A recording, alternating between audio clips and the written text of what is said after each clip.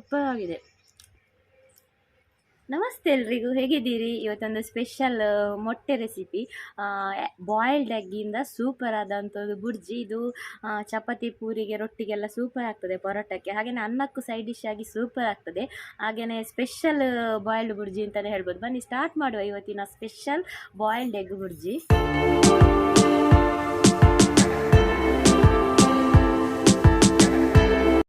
ಇವತ್ತಿನ ಸ್ಪೆಷಲ್ ಬುರ್ಜಿ ಮಾಡಲಿಕ್ಕೆ ನಾನಿಲ್ಲಿ ಬೇಯಿಸಿದ 3 ಮೊಟ್ಟೆ ತಗೊಂಡಿದ್ದೇನೆ. ಇದು ಬೇಯಿಸಿ ಇಟ್ಕೊಂಡಿದ್ದೇನೆ. ಹಾಗೆಯೇ ಒಂದು ದೊಡ್ಡ ಈರುಳ್ಳಿ ಕಟ್ ಮಾಡಿ ಇಟ್ಟಿದ್ದೇನೆ. ಹಾಗೆಯೇ ಒಂದು ಟೊಮೆಟೊ ತಗೊಂಡಿದ್ದೇನೆ. ನೀವು ಬೇಕಾದ್ರೆ ಜಾಸ್ತಿ ಟೊಮೆಟೊ ಹಾಕ್ಬೋದು.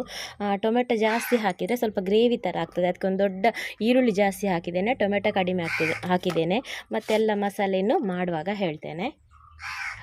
ಖಾರಕ್ಕನುಸಾರವಾಗಿ ಒಂದು 2 ಕಾಯಿಮೆಣಸು, ಒಂದು ತುಂಡು ಶುಂಠಿ, ಒಂದು ಸ್ವಲ್ಪ ಕೊತ್ತಂಬರಿ ಸೊಪ್ಪು ಇಟ್ಟಿದ್ದೇನೆ. ಈಗ ಬನ್ನಿ ಸ್ಟಾರ್ಟ್ ಮಾಡುವ ಗುರ್ಜಿ ಮಾಡಲಿಕ್ಕೆ.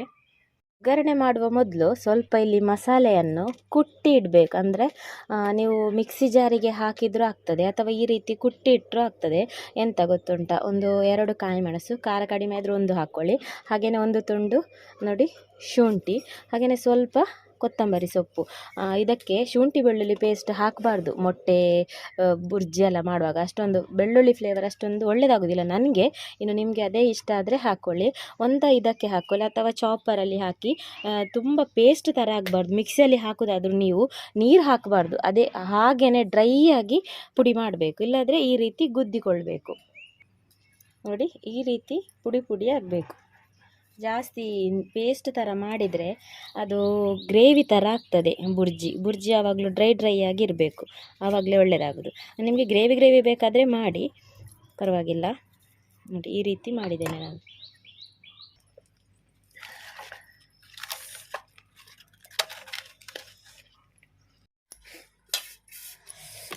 ಮಣ್ಣಿನ ಪಾತ್ರೆಗೆ ಒಲೆ ಇದ್ದರೆ ಒಳ್ಳೆಯದಾಗ್ತದೆ, ಅದಕ್ಕೆ ಒಲೆಯಲ್ಲೇ ಮಾಡೋದು, ಮಣ್ಣಿನ ಪಾತ್ರೆ ಜಾಸ್ತಿಯಾಗಿ. ಮೊದಲಿಗೆ ಸ್ವಲ್ಪ ಎಣ್ಣೆ ಸ್ವಲ್ಪ ಜಾಸ್ತಿ ಹಾಕ್ಕೊಳ್ಳಿ. ನಾನೊಂದು 4 ಸ್ಪೂನಷ್ಟು ಹಾಕ್ತಾ ಇದ್ದೇನೆ. ಆಮೇಲೆ ಕಟ್ ಮಾಡಿದಂಥ ದೊಡ್ಡ ಈರುಳ್ಳಿ ಉಂಟಲ್ಲ, ಕಟ್ ಮಾಡಿದ್ದು, ಅದನ್ನು ಹಾಕ್ಕೊಳ್ಳಿ.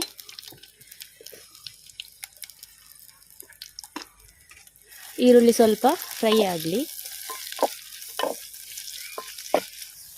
ಈಗ ಈರುಳ್ಳಿ ಸ್ವಲ್ಪ ಬೇಯಬೇಕು, ಕೆಂಪಾಗುವವರೆಗೆ ಫ್ರೈ ಮಾಡಿದರೂ ನಡೀತದೆ. ಆನಂತರ ನಾವು ಈ ಪುಡಿ ಮಾಡಿದ್ದೇವಲ್ಲ, ಕೊತ್ತಂಬರಿ, ಕಾಯಿಮೆಣಸು, ಶುಂಠಿ, ಅದನ್ನು ಹಾಕಬೇಕು.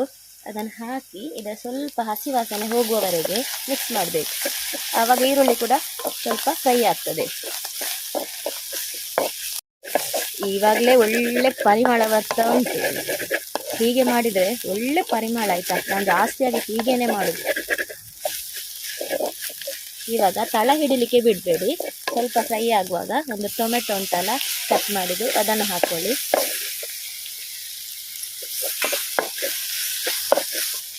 ಟೊಮೆಟೊ ಸಾಫ್ಟ್ ಆಗಲಿ ಫುಲ್ಲು. ಟೊಮೆಟೊ ಬೇಗ ಸಾಫ್ಟ್ ಆಗಲಿಕ್ಕೆ ಸ್ವಲ್ಪ ಉಪ್ಪು ಹಾಕುವ. ಉಪ್ಪು ಈಗಲೇ ಹಾಕಿ ಬಿಡುವ, ಮತ್ತೆ ಪುನಃ ಬೇಡ. ಮತ್ತೆ ಸ್ವಲ್ಪ ಸಪ್ಪೆ ಆದರೆ ಸ್ವಲ್ಪ ಹಾಕ್ಬೋದು. ನಿಮಗೆ ಸ್ವಲ್ಪ ಗ್ರೇವಿ ಬೇಕಾದರೆ, ಒಂಥರ ಗಸಿ ಟೈಪಲ್ಲಿ ಬೇಕಾದರೆ, ಟೊಮೆಟೊವನ್ನು ಮಿಕ್ಸಿಯಲ್ಲಿ ಹಾಕಿ ಪೇಸ್ಟ್ ಮಾಡಿ ಕೂಡ ಹಾಕ್ಬೋದು. ಈಗ ಟೊಮೆಟೊ ಸ್ವಲ್ಪ ಸಾಫ್ಟ್ ಆಯಿತು. ನಾನು ಫುಲ್ಲು ಮುದ್ದೆ ಮಾಡಲಿಕ್ಕೆ ಹೋಗಲಿಲ್ಲ. ನೋಡಿ, ಬೆಂದಿದೆ, ಸ್ವಲ್ಪ ಸಾಫ್ಟ್ ಆಯಿತು, ಸಾಕು. ನಿಮಗೆ ಬೇಕಾದರೆ ಹೇಳಿದಲ್ಲ, ಗ್ರೇವಿ ಥರ ಬೇಕಾದರೆ ಮುದ್ದೆ ಆಗುವವರೆಗೆ ಬಿಡ್ಬೋದು. ಈಗ ಒಂದು ಅರ್ಧ ಸ್ಪೂನಷ್ಟು ಅರಶಿನ, ಹಾಗೆಯೇ ಖಾರಕ್ಕನುಸಾರವಾಗಿ ಮೆಣಸಿನ ಹುಡಿ, ಚಿಲ್ಲಿ ಪೌಡರ್, ನಾನಿಲ್ಲಿ 1 ಸ್ಪೂನಷ್ಟು ಹಾಕ್ತಾ ಇದ್ದೇನೆ. ಹಾಗೆಯೇ ಅರ್ಧ ಸ್ಪೂನಷ್ಟು ಗರಂ ಮಸಾಲ, ಒಂದು 1/4 ಸ್ಪೂನಷ್ಟು ಪೆಪ್ಪರ್, 3/4 ಸ್ಪೂನಷ್ಟು ಕೊತ್ತಂಬರಿ ಪುಡಿ, ಹಾಗೆಯೇ ಒಂದು ಅರ್ಧ ಸ್ಪೂನಷ್ಟು ಜೀರಿಗೆ ಪುಡಿ. ಎಲ್ಲ ಮಸಾಲೆ ಮಿಕ್ಸ್ ಆಗಲಿ. ಮಸಾಲೆ ಎಲ್ಲ ಮಿಕ್ಸ್ ಆದಮೇಲೆ ಒಂದು ಸ್ಪೂನ್ ಅಥವಾ 2 ಸ್ಪೂನಷ್ಟು ನೀರು ಹಾಕಿ ಮಸಾಲೆ ಬೇಯಲಿಕ್ಕೆ ಬಿಡಿ.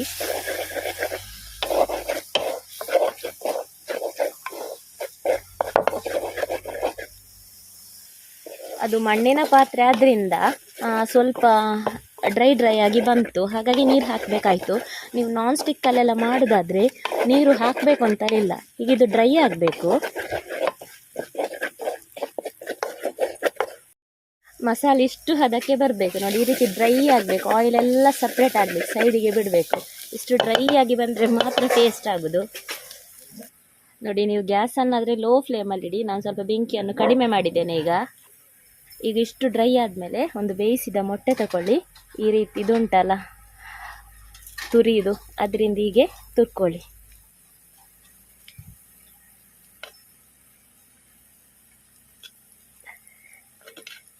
ಹೀಗೆ ಗ್ಯಾಸನ್ನು ಲೋ ಫ್ಲೇಮಲ್ಲಿ ಇಡಿ.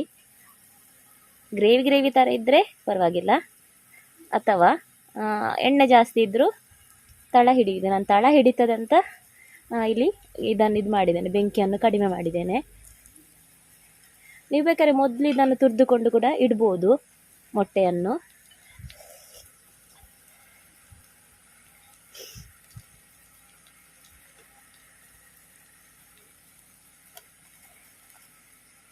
ಮೊಟ್ಟೆ ಎಲ್ಲ ತುರಿದಾದ ನಂತರ ಮಿಕ್ಸ್ ಕೊಟ್ಟರೆ ಆಯಿತು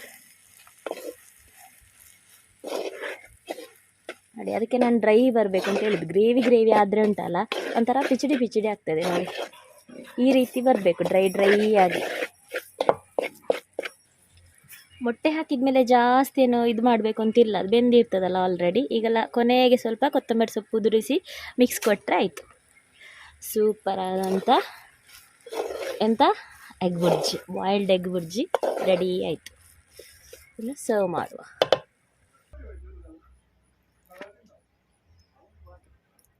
ನೋಡಲಿ, ಶೇಮಿಗೆ ಹಾಗೆ ಎಷ್ಟು ನೋಡಲಿಕ್ಕೆ ಒಂದೆಷ್ಟು ಚೆಂದ ಕಾಣ್ತದೆ. ಚಪಾತಿಗೆ ಪೂರಿಗಂತೂ ಹೇಳೋದೇ ಬೇಡ, ಪರೋಟಕ್ಕಂತೂ ಅಷ್ಟು ಸೂಪರ್ ಆಗ್ತದೆ ನೋಡಿ. ಅದಕ್ಕೆ ನಾನು ಹೇಳಿದ್ದು ನೋಡಿ, ಜಾಸ್ತಿ ಟೊಮೆಟೊ ಹಾಕಿದರೆ ಪಿಚಿಡಿ ಆಗ್ತದೆ ಅಂತ ನೋಡಿ. ನಿಮಗೆ ಈ ರೀತಿ ಇನ್ನೂ ಕೂಡ ಡ್ರೈ ಬರಬೇಕಾದ್ರೆ ಅದರ ಎಲ್ಲೋ ಪಾರ್ಟನ್ನು ಹಾಕದಿದ್ದರೆ ಇನ್ನೂ ಕೂಡ ಡ್ರೈ ಬರ್ತದೆ ಆಯಿತಾ. ಎಲ್ಲೋ ಪಾರ್ಟನ್ನು ಹಾಕಬೇಡಿ, ಖಾಲಿ ವೈಟನ್ನು ಮಾತ್ರ ತುರಿದು ಹಾಕ್ಕೊಳ್ಳಿ ನೋಡಿ.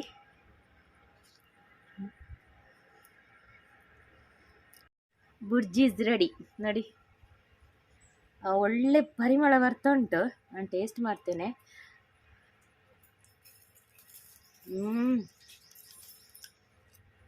ನಾವು ಮಸಾಲೆ ಎಲ್ಲ ಕಡಕ್ ಹಾಕಿದ್ದೇವಲ್ಲ, ಹಾಗಾಗಿ ಇದು ಈ ರೀತಿ ಆಗಿದೆ. ಮಸಾಲೆ ಎಲ್ಲ ಸ್ವಲ್ಪ ಹಾಕಿದ್ರೆ ಉಂಟಲ್ಲ, ನಿಮಗೆ ಎಗ್ಗೆ ಕಾಣಲಿಕ್ಕೆ ಸಿಗ್ತದೆ. ಶೇಮಿಗೆ ಥರ ಎಗ್ಗೆ ಸೂಪರ್ ಆಗಿದೆ.